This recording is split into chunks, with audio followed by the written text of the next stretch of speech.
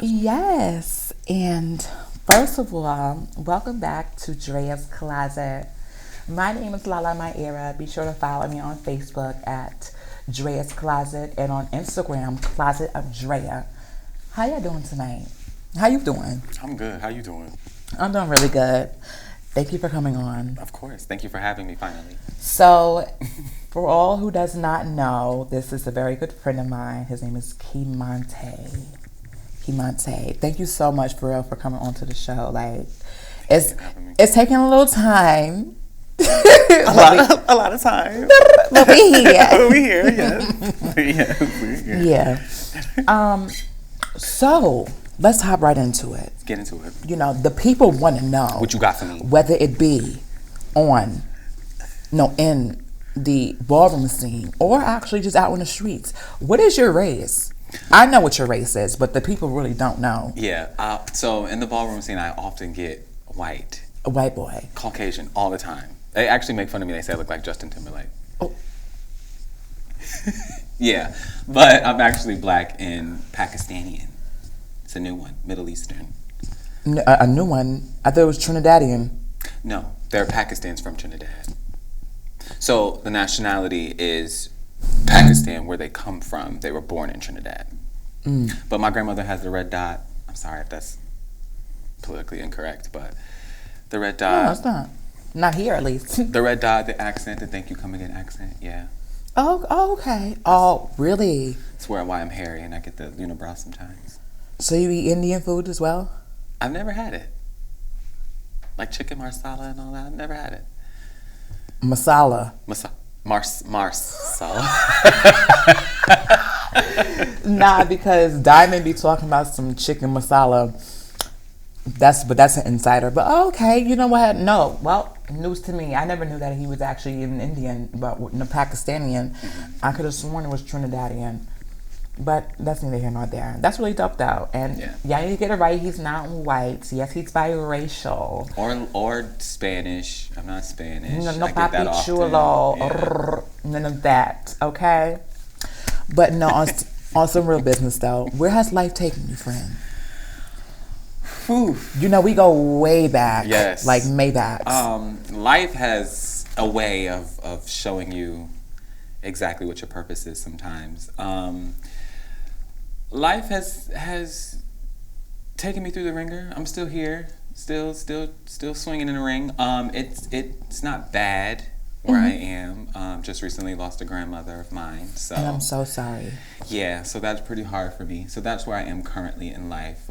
As far as my own life, I'm actually doing pretty well. I am starting to knock off all the things that I wanted to do. Yeah. I've danced in California. Yes. I've gotten paid to dance in art exhibits in Yes. Greensboro and in Charlotte at the Mint Museum. Traveled all throughout last year and the beginning of this year. So life has taken me ups and downs, but right now I'm on a up with a couple steps down, but I'm on a up. Yeah, but no, I totally feel you. I feel like I'm in like the same arena, in regards to still finding my footing Right. and finding like you know which way is the best way to go. But I'm happy that you're like at least navigating yourself through that in a way that is still grounded and you still got your coins. You holding head above water. That's a blessing because not many people our age, from our age group. Right. Well, I'm not gonna say not many, but there are some that aren't able to do that. So it's always a blessing when I see that my friends are flourishing and doing their thing. So, are you still into choreography? I am. I've stopped teaching. Wait, no, I'm sorry. Let me stop. I shouldn't have asked, are you still in? Obviously, you're in choreography, obviously, if you're doing the exhibits and stuff, but like, have you like really like taken it more serious? I mean, I haven't. Ever since my girls back in 2016, when I was doing the dance teams here in Albany for the youth, I actually stopped. For a second, I lost my passion for it. I lost my passion. just kind of got stuck with the day to day and working and trying to survive and, like you Right. said, keep your head above water. With moving to Charlotte, last 3 years I've been there, so I'm You've been there for finally 3 years now? four. So this is my fourth year. Yeah. So with finding my footing and trying to make sure that I'm stable. Stable And Mabel. yeah, where choreography can be more of a hobby than something I'm counting on. So I just wanted to make sure that my backup plans and everything was put in play. But starting this year, actually, I am starting to choreograph more. My new house is, well, my house now is starting to lean on me with that. But if there's any jobs out there, Yes. I'm your boy. He is a fabulous choreographer, and I love that for him. I really do. But that's really dope. No, because I know. Listen, ever since I met my friend, since we were in high school, I met you in what grade? 10th. Ninth. No, oh yes. Oh, Bishop again.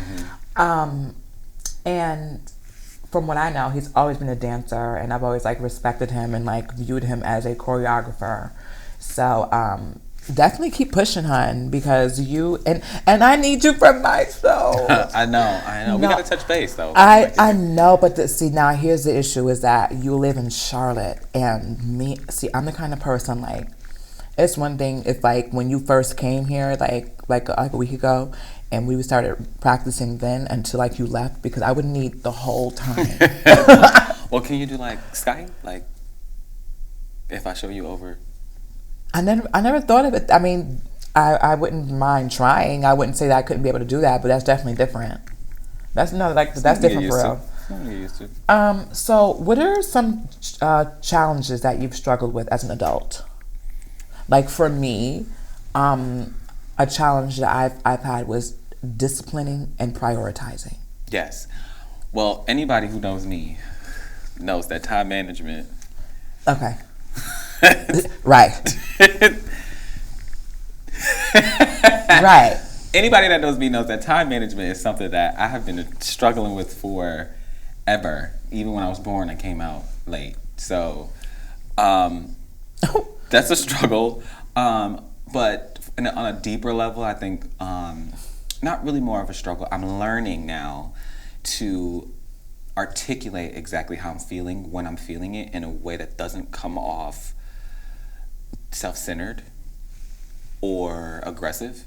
So I'm starting to articulate my feelings however they may be at the moment in time, and knowing that it's okay for them to change. Okay. And not making any permanent decision based off of my emotions. I've never really been an emotional thinker or an emotional kind of. Really? Yeah, I never really had a solution based on my emotion. I always really thought about it and had a logical kind of thinking. So I kind of like to keep that. I actually will agree with you. Now that I look back, I will say that is very true. Yeah, I think I was more so the emotional thinker. Yeah. Right. Okay. I always though used to hold what I really felt or how I felt in the inside, and then it would kind of piss me off. So it kind of can contribute to like a mood swing or something like that, because I'm not really saying how I feel. I'm just kind of going along with it, kind of suppressing my own to make everyone else feel better, which you aren't really supposed to do. No. So learned that the hard way. Yeah. So more about self-love. Self-love. Bam. Bam. That's it. So, do you have anything that you wish you could tell your younger self? And that question is for the young onlookers, because but the young people look at us and they admire, but some of them aren't being taught some key things, to be what it takes to be us at our fullest potential. Do you have anything that like you wish you could tell your younger self? Go get it. Go get it. Go get it. Don't be lazy. Don't be lazy. Go get it. Again, I wasn't lazy, but what I did was I sacrificed some things for people. Right. And that's not necessarily a bad thing, because although I do have regrets within life, I got to experience life. But something I would tell my younger self, it is going to be okay. You're going to fall down. Everything's not perfect.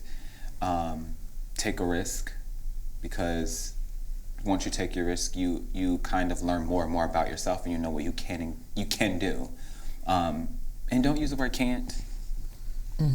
Can't. It's not can't. It's that you won't, or you gotta put the time in. Yeah. But I would tell myself to think more of you. Think more of you for the future.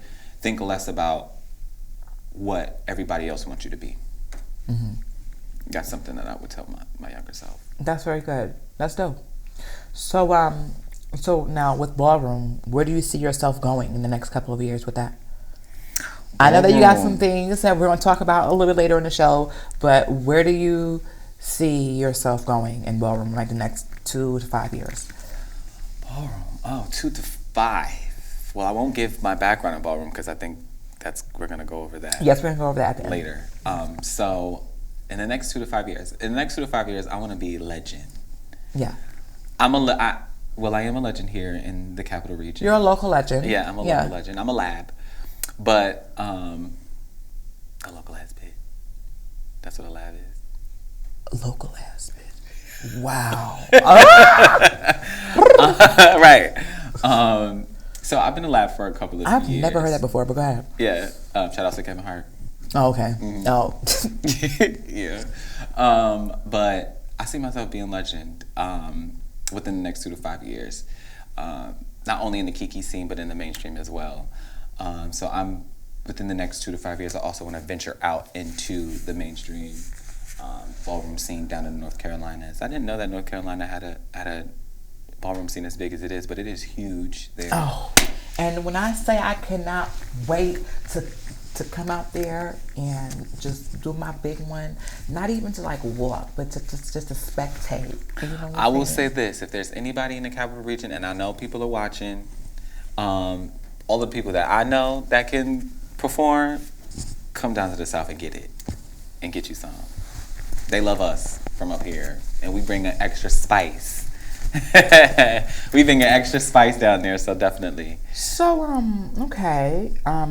Do you have any regrets in ballroom so far? Because, you know, we ourselves gone back to the legendary house of Giovanna. That was back in 2012. Giovanna. Yes. So I say that to say that you have experience and you've grown since then, and now you're in a new house. Do you have any regrets in ballroom so far, or is it still kind of fresh, being that you're in like an actual more bigger yet Kiki house? I regret not getting it. Like not getting it. I was amazing. Like I'm still amazing. I'm still good. But I think back then I had a lot of more. I was eating, sleeping, breathing. You had more energy for it. Yes. Ballroom, and I'm mad. I'm upset that I didn't capitalize on that at that point. Right. Because it's not new to me anymore. So, and again, But if I may, like, kind of like inject something in that, even though it may not be new, but you have to think about it. You're in a new area. You're about to go to new areas on a bigger platform. So the energy from those other creatives, we're going to say creatives, even like they're performers, that energy and the anticipation of the next big whatever it is that you're doing, I feel like that is going to be able to kick that back up in you. I will say every ball that I do that is... Because I know it's fun. Yeah, every ball that I do that is not here or, you know, that I've done in Charlotte. Well, I will say this. I live in Charlotte, never walked in Charlotte. Wow. I live in Charlotte, but I've only walked in Atlanta, Alabama, and Greensboro. So I never walked in Charlotte, but they know me. Okay. So I will say with every ball and every function that I do get a little bit more. I do get a little bit more peace. I do get the pieces back that I want to like get a Jones in my bones to keep going. But yeah, my regret is not capitalizing on the drive and the hunger I had back in the day. So that means for my young ones, if I have any young ones looking, that means don't wait until the next week, the next month, the next year. If you have a dream or an idea that like really makes you feel good, or like you really like yes, go after it. Don't wait for no confirmation from nobody else. Don't wait. Period. Yes. So now, with that being said, so I know personally that you're going to be going to Paris soon. That's big as hell. That's dope. And you're going to be going on behalf of your house's bodega. Yes. Do you mind breaking that down to the people? Bodega. Hi, bodega. Yeah. So you mind breaking that down to the people who don't know about the House of Bodega and So the House of Bodega was founded by Buffy Khan. Well, she's not a Khan anymore, but Buffy West. Shout out to them up above. Originated in Atlanta, I believe. And right now we are more so down south and on the west coast. So we have chapters Alabama, Texas, Atlanta, St. Louis, LA, I believe, and then we're also an international house, so we have houses and chapters overseas. I love my bodega family. I'm gonna say I don't see myself in any other Kiki house. I love that for you. Yeah, I don't see myself in any other Kiki house. They get me, they love me, I love them, every single one of them. And make sure, wait, please. Make sure you show this clip to them. No, I am OD touched, but keep going. Yeah, no, I love them for real, seriously. We're packed. We are packed. I will say that. We stick together. I love that. That's what keeps me there. That actually does make me feel so good inside, like because with Giovanna, it's yes, we were a family, and I'm just so happy that you found that elsewhere. More official, like way more solidified. Like I tried that in the Midwest with Ms. Rahi, and it worked to a degree. I don't believe that I personally was ready or in the headspace for that yet to commit to anything in the house yet, but it would have been nice. But so I'm definitely happy to see that that's like something that is like something that you can like count on and like enjoy for real. Yeah, mainstream is a little tougher. So now wait, so I have exclusive tea. He said that you said that you have like some major houses trying to reach out. Yeah, yes. No, I have some major houses that did see me perform and have seen me perform. And you don't have to say any names, but yes, and they are inquiring about how serious I am about joining. And before I make the decision, I just want to make sure that we both fit each other, that I fit the house and that the house fits me. I want. Although I want to be a part of a house that wins and takes home trophies and money and is fab, I also want to feel like I add something. I also want to feel like it's a contribution. I'm a contribution to them. They're a contribution to me. And that I get that feel of family and companionship and just equality, just being in the mix. Not just being somebody from New York, but also being like, that's our brother. That's our friend. And congratulations on all of that, for real. Honestly. Thank you, Brand. So I'm going to kind of appreciate that. Yes, of course. I'm going to kind of shift topics right now. So I look to you as a friend that I know is very much practical, who is very smart, intelligent. I feel like that you're very wise. I do. And so I had this next question I have for you. I think it's important. I always take your advice seriously. I always I always factor in what you say and like what you have to say if I do have any questions like that, right? So my next question to you is, do you have any insight in relationships with friends or personal? Did I say that right? Well, like platonic or romantic relationships. Like, do you have like any insight, whether it be like on friendships or relationships, meaning like, like whether it be like personal, like, I think things that... I can hit both of those, and I think first what I will start off with saying is that I think relationships, whether it be platonic or romantic, work well when you communicate. When you communicate and you try to be as transparent, as authentic as you can be with yourself and everyone around you, to just as an example, I mean, we haven't always been the best communicators with each other. We fell out for years. But it takes for people to actually communicate and say, you know what, this is where I was wrong, and I take 100% accountability and responsibility for that. And allow people to feel how they feel, allow people to articulate the way that you made them feel, and be receptive to that. I mean, sometimes we do things and we say things that we don't think makes a difference to other people, and it can. And it does. And I think one, you have to be kind of acknowledgeable and know when you're feeling away, so that you can come tell your friend or your loved one how you feel. And then the other person also has to be receptive and say, you know what, let me hear you out. Let me listen to hear you, not listen to respond. I want to listen because I want to make sure that I get exactly how I made you feel, so that it'll never happen again. Those are in great friendships. And then you have people who don't care, and though that's another conversation. Yeah. But foundation communication is key for all relationships. Yes. And that's a very good point that I feel that he made.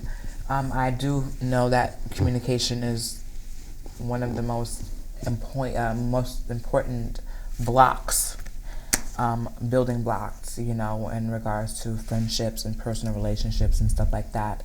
And, you know, just coming into my 29th year of living this year, I'm valuing different aspects of myself, knowing myself better, you know, to be a good friend to someone, to be a good lover to someone.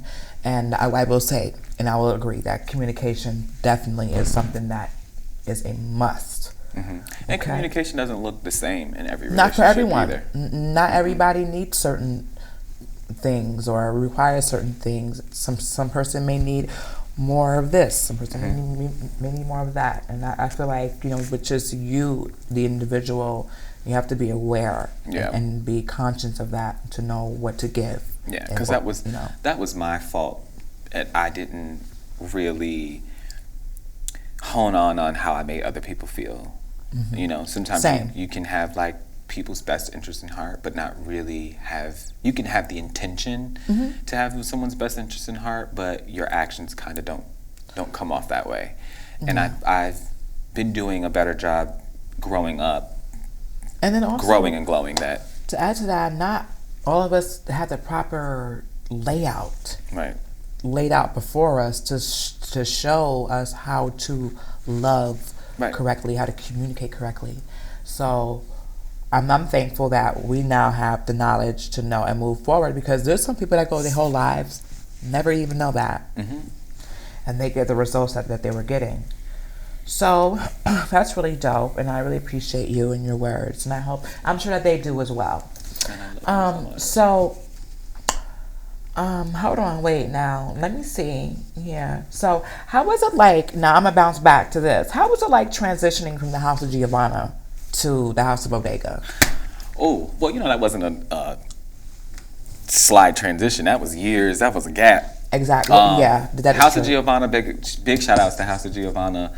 Legendary House of Giovanna here in the Capital Region. That was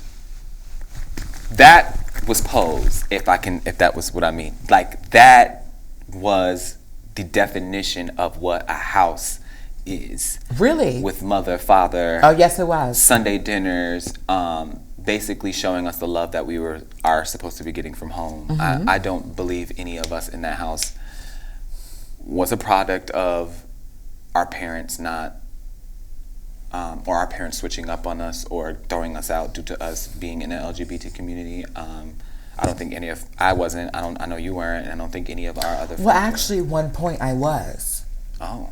At one point, yes. At the time, our house father, he was my safe haven. Yeah. Mine too, with a lot. With a lot. I learned a lot from our house father back in the House of Giovanna, both through ballroom and without ballroom, and got love from our house mother. Yes. Bodega is a different kind of beast. Bodega is more so, a lot of us are companions. So a lot of us are friends. Like, we're tight. You know, we're tight knit. my and we were going to the club, but we wasn't like really in the mix. You know what I mean? They were our parents. The House of Bodega, yeah, we have parents, but it's more so like we all respect each other and love each other as the individuals that we are. So it's a great segue. But my transition was amazing. But that's so good. It really is, because my transition was not good going into the. Well, I did before Bodega. I was in Revlon. Ooh, yeah, you was? I was in Revlon. Why I didn't know about that? I didn't walk as a Revlon. I left before. Why I didn't know about that? Because it wasn't giving what I thought it was gonna give. It wasn't giving what it was supposed to give. We must not have been talking then, huh? It's when I first moved here. I think we reconnected before then. No, probably not. No. We weren't adult. We weren't mature yet. Okay. I know that we don't have a few minutes left for Spectrum, but we're going to keep rolling even after the time is done, Cream. Okay? Okay. So, what is dating like? No, excuse me. What is dating like for you in 2023?